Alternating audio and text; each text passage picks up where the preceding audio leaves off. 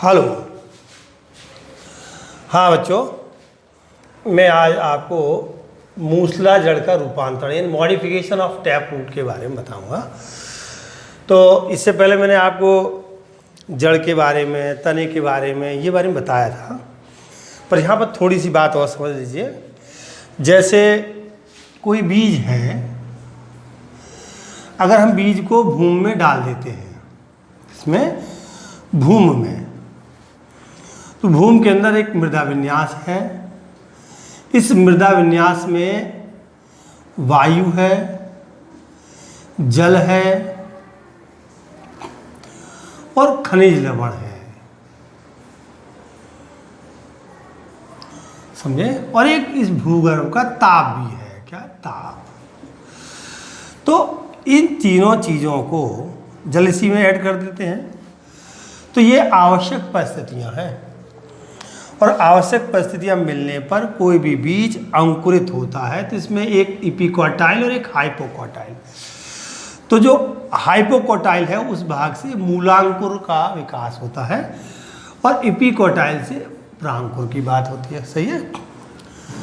तो जब मूलांकुर वृद्धि करके प्राथमिक जड़, द्वितीयक जड़ और तृतीयक जड़ का निर्माण करता है, तो इस प्रकार की जड़ को हम मूसला जड़ कहते हैं। क्या कहते हैं? मूसला जड़, क्योंकि इसका उद्गम मूलांकुर से हुआ है। समझ गया?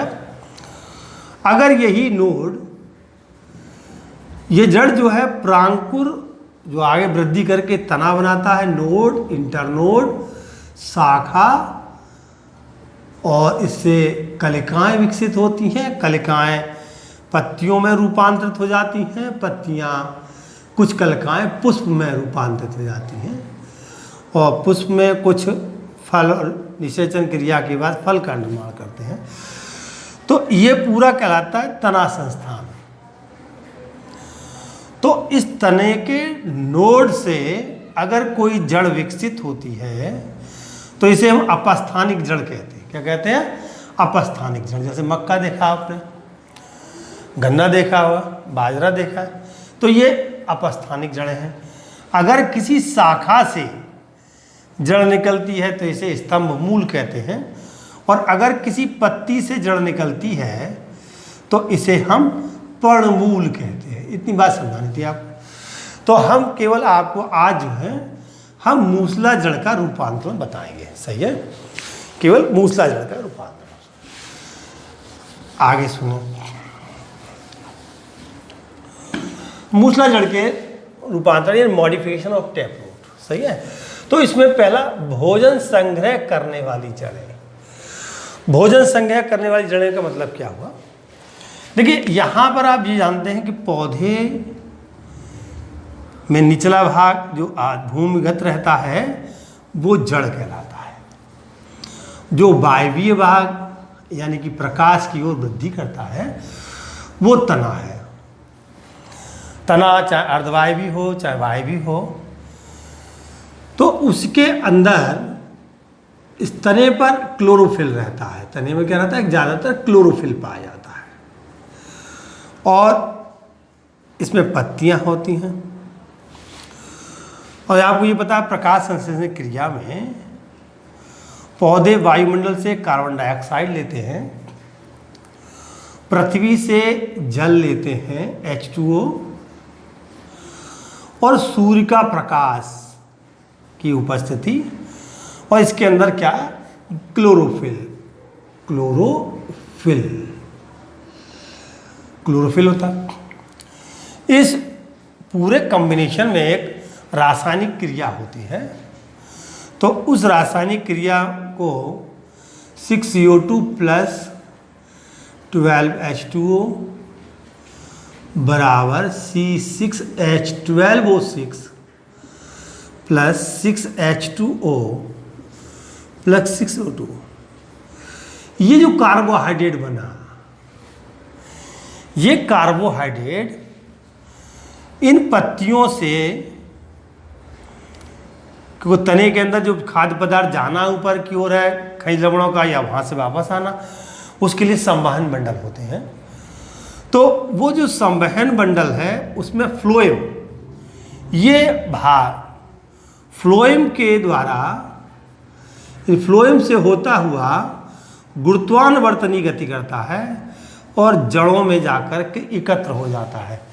इसीलिए किसी रूप में एकत्र होता हुआ, तो ये एकत्र होता है। इसी कारण से इस प्रकार की जड़ें जो हैं भोजन संग्रह करने वाली जड़ें कहलाती हैं। समझ गए आप?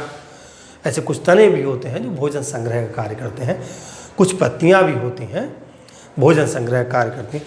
तो ये इस प्रकार की जड़ें जो होती हैं भोजन संग्रह करने वाली जड़ें कहलाती। बात समझ आ गई आपको कि भोजन आया कहाँ से? भोजन पौधे पर फोटोसिंथेसिस क्रिया के फलस्वरूप आया। बस समझ गया? तो मैं ये बात आपको बता दी। अब आगे की सुने।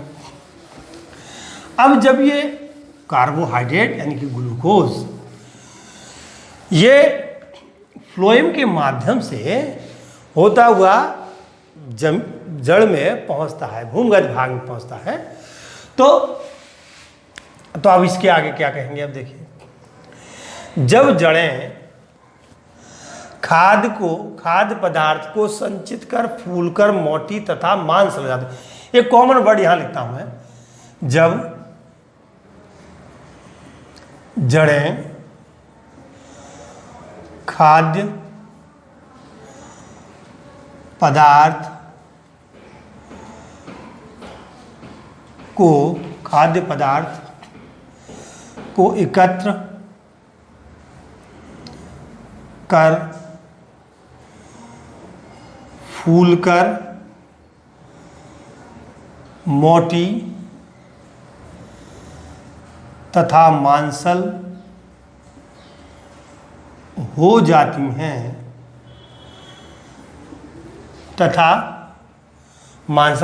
हैं और डैश का रूप धारण कर लेती हैं, डैश कहलाती हैं। अब समझिए बात। अब देखिए क्या करना है। जब जड़ें खाद्य पदार्थ को संचित शब्द लिख दूं, खाद्य पदार्थ को संचित कर फूलकर मोटी तथा मांसल हो जाती हैं और तकुए का रूप धारण कर लेती हैं, तो इस प्रकार की जड़ें तर्क रूपी जड़ें कहलाती हैं। समझ गए आप? तो यहां मैं एग्जाम्पल लिख दे रहा हूं। पहले का एग्जाम्पल है मूली। एग्जाम्पल क्या है? मूली। इसका बॉटनिकल नेम है रेफिनस सेटाइवा। समझ गए आप? दूसरा, जब जड़ें खाद्य पदार्थ को संचित शब्द है, संचित कर फूलकर मोटी तथा मांसल हो जाती हैं और शंकु का रूप धारण कर लेती हैं, शंकुआकार जड़ें कहलाती हैं। समझ गए आप? तो ये सिपकाई जड़ें क्या कहलाती हैं? शंकुआकार जड़ें, कॉनिकल शेप। तो इसका उदाहरण है, एग्जाम्पल है गाजर। समझ गए आप? गाजर का बॉटनिकल नेम है डेकस कैरोटा। समझ गया? डेकस कैरोटा, डबल आर होगा, रोटा। समझ गया? अगला कुंभ रूपी। जब जड़ें खाद्य पदार्थ को संचित कर फूलकर मोटी तथा मांसल हो जाती हैं और कुंभ का रूप धारण कर लेती है, कुंभ मानी घड़ा, तो इस प्रकार की जड़ें कुंभ रूपी जड़ें या नेपिफॉर्म रूट कहलाती हैं। इसका एग्जाम्पल है सलजम। एग्जाम्पल है सलजम, ब्रासिका रापा। समझ गए आप? कंदलमूल। जब जड़ें खाद्य पदार्थ को संचित कर फूलकर मोटी तथा मांसल हो जाती हैं और एक कंद का रूप धारण कर लेती हैं। किसका? कंद का रूप है, तो इसे हम कहते हैं कंदिल मूल। जैसे इसका उदाहरण है मिराबलस जलापा, एग्जाम्पल गुलावास, गुलावास यानी कि मिराबिलस जलापा। समझ गए आप? समझ गए आप? यहाँ पर तर्क रूपी गाजर का मूली का इस प्रकार से चित्र बना सकते हैं, समझे? ऐसे ये तकुए का रूप उदाहरण, समझ गए? यहाँ पत्ती बना दिए। शंकु रूपी में इस प्रकार से आप गाजर शंकु आकार ये बना सकते हैं, समझे? और कुंभ रूपी में सलजम बना सकते हैं, ये इस प्रकार से, ये इसके रूप उदाहरण, ठीक है। इसके बाद आती है ग्रंथिल मूल, नोड्यूलेटेड रूट। जो मूसला जड़ होती हैं इनके ऊपर कुछ ये ग्रंथियाँ आउटग्रोथ सी निकल आती हैं, इसे हम कहते हैं ग्रंथिल मूल, नोड्यूल कहते हैं। इस नोड्यूल में एक जीवाणु, इस नोड्यूल में एक जीवाणु रहता है जिसका नाम है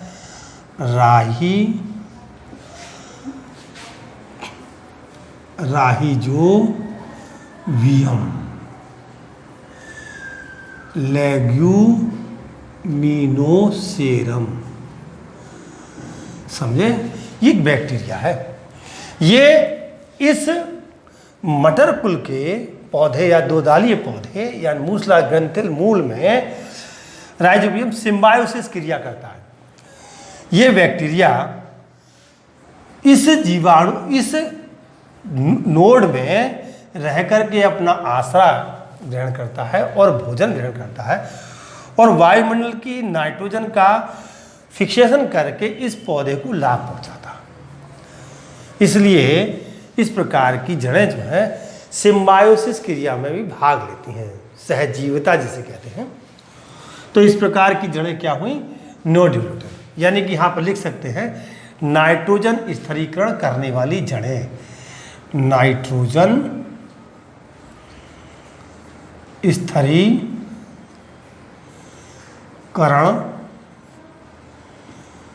करने वाली जड़ें, ठीक है। अगला जो टॉपिक है जड़ें हैं जो श्वसन मूल या न्यूमेटोफोर, रेस्पिरेटरी। कुछ दलदली पौधे होते हैं। दलदली, पहले दलदल समझ लीजिए क्या होता है। जब भूमि के अंदर जो मृदा विन्यास है उसके अंदर वायु भरी हुई है और भूमि की ऊपरी सतह पर पानी की मात्रा अधिक हो जाती है, तो पानी नीचे निस्संदन क्रिया से नीचे पहुंच जाता है और ये वायु बाहर आ जाती है। वायु क्या आ गई? बाहर आ गई। इससे भूमि के अंदर जलाक्रांति हो जाती है।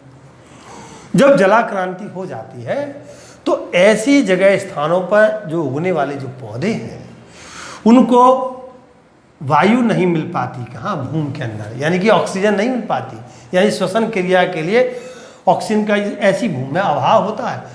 तो इनकी जड़ें जो है बाहर की ओर निकल आती हैं। इन जड़ों को रेस्पिरेटरी रूट या न्यूमेटोफोर कहते हैं। बात समझ गए? इनको हम कहते हैं श्वसन मूल है। इसका नाम है, एग्जाम्पल है राइजोफोरा, राइजोफोरा। अब मैं आशा करता हूं कि आप समझ गए होंगे। देखिए, ये मैंने आपको जड़ से संबंधित बातें बताई, तो आप समझ गए होंगे। धन्यवाद साहब।